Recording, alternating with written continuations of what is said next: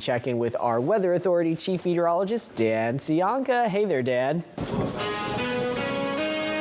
I'm not going to pretend to be an expert on biking weather because I don't ride a bike currently. Neither do I. So I don't really, what is the best biking weather? Do we like it cold? Do we like it hot? Do we like it super windy? Probably not. Maybe, a preference, right? Hopefully no rain, I would think. No rain. So it didn't rain today. Okay. It was a little breezy, maybe a little windy. Gilroy was kind of toasty today. I think we got up to around 85 or 86 in Gilroy today, so it was toasty there.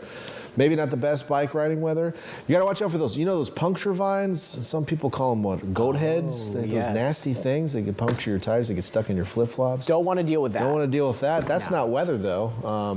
But let's look at the weather. Here's a live look from our Mount Toro camera tonight. We're looking down on Salinas and Spreckles and, well, Castroville. You can see the lights of Castroville as well there, specifically. The Santa Cruz Mountains off in the distance. Perhaps some glow from the Bay Area cities behind the Santa Cruz Mountains, giving them a bit of a silhouette look. And then maybe a few low clouds, hard to detect out there. A little thin low cloud here, maybe two out near Watsonville. I've been watching this tonight. Don't really expect any fog overnight. We do have a passing weather system. In fact, a pair here over the next couple of days. But the first one tonight, not really that big of a deal. So I'm not going to make a big deal about it, but we'll talk about it anyway. We have increasing mid to high level clouds ahead of it. It looks like some radar echoes, so you're thinking, oh gosh, well, all this is headed our way. We're going to be seeing all sorts of green falling from the sky tomorrow, or maybe even some rain, but probably not. I mean, I guess we can't rule out a couple of sprinkles, but this thing's kind of falling apart. Don't really even have much of a surface front associated with it. So that's why I drew this little thing in here. We call this a trough. And that's how it's notated, at least on my map tonight. So we're going to call this a weak weather system coming through, but behind it actually maybe a bit of a stronger one develops. So it's up in coastal British Columbia right now. It's going to move down the coast and then start to push or help develop a trough here across the western U.S. But instead of on the coast, it happens more so toward the Great Basin, and we see showers.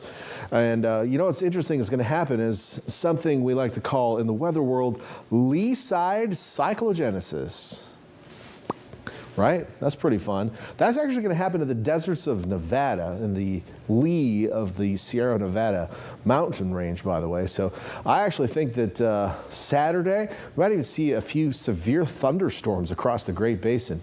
We will be on the dry side of all this, on the coast, but we will be seeing some colder temperatures as this trough develops and pushes down the west coast. Also some wind. Why not throw some wind in as well for us? So over the next couple of days, I think we have a couple systems coming by. Really, we're just going to get some wind from them. Can't rule out a sprinkle or two, but as far as precipitation or anything that will impact you, probably not. I mean, outside of a sprinkle, doesn't really impact you. Maybe do sprinkles impact you? Do you feel impacted by sprinkles? Austin?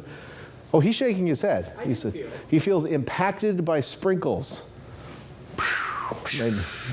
Good thing you're not a donut.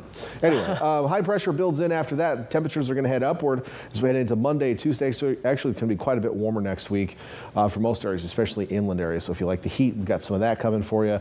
Looks like it'll moderate a little bit toward next weekend. But we're going to watch these weekend systems. We mentioned there's a gale warning in effect from tomorrow afternoon into Saturday morning. Let's see how that plays out on our future track. Passing clouds overnight tonight into tomorrow morning. We'll call it mostly cloudy to start out the day, but don't be surprised if you see some sunshine coming out of the east with that early morning sunrise just before 6 a.m. tomorrow morning. Goodness gracious.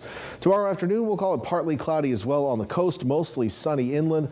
Winds will start to really pick up after lunchtime. I think we'll see that northwesterly wind really kicking in, or excuse me, a west northwesterly wind coming in off the bay. So places, if you're doing the drive of Moss Landing, right, you head over the little bridge over the slough there.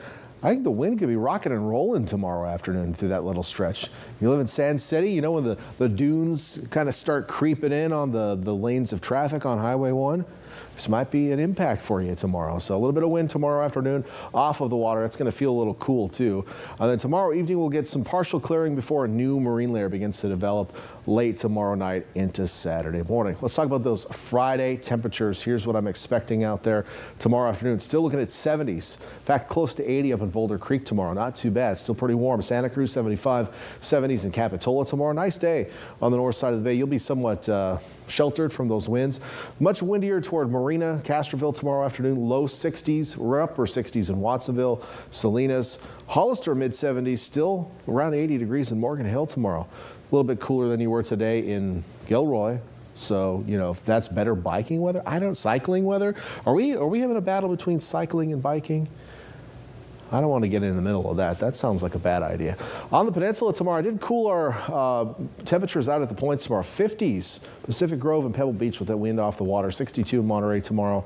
And then down south away from the coast, we'll see some warmer temperatures, close to 80 in King City. We'll get to the 80s in some of our southern and higher valleys in the south before those cooler sea breezes reach you. Here's that 7-day forecast. Temperatures going down a little bit more on Saturday. Maybe a little drizzle on the coast Saturday, but that's going to be the best chance of any precip, I think, over the next 7 days on the coast. Still windy as we head out of the weekend, but temperatures head upward back into the 70s on the coast, which is warm for this time of year. Inland areas also cooling through Saturday to cooler than normal temperatures, certainly, but we'll be back up into the 80s and above normal for most next week. Austin. Hopefully no sprinkle impact there as well. Thank you so much, Dan.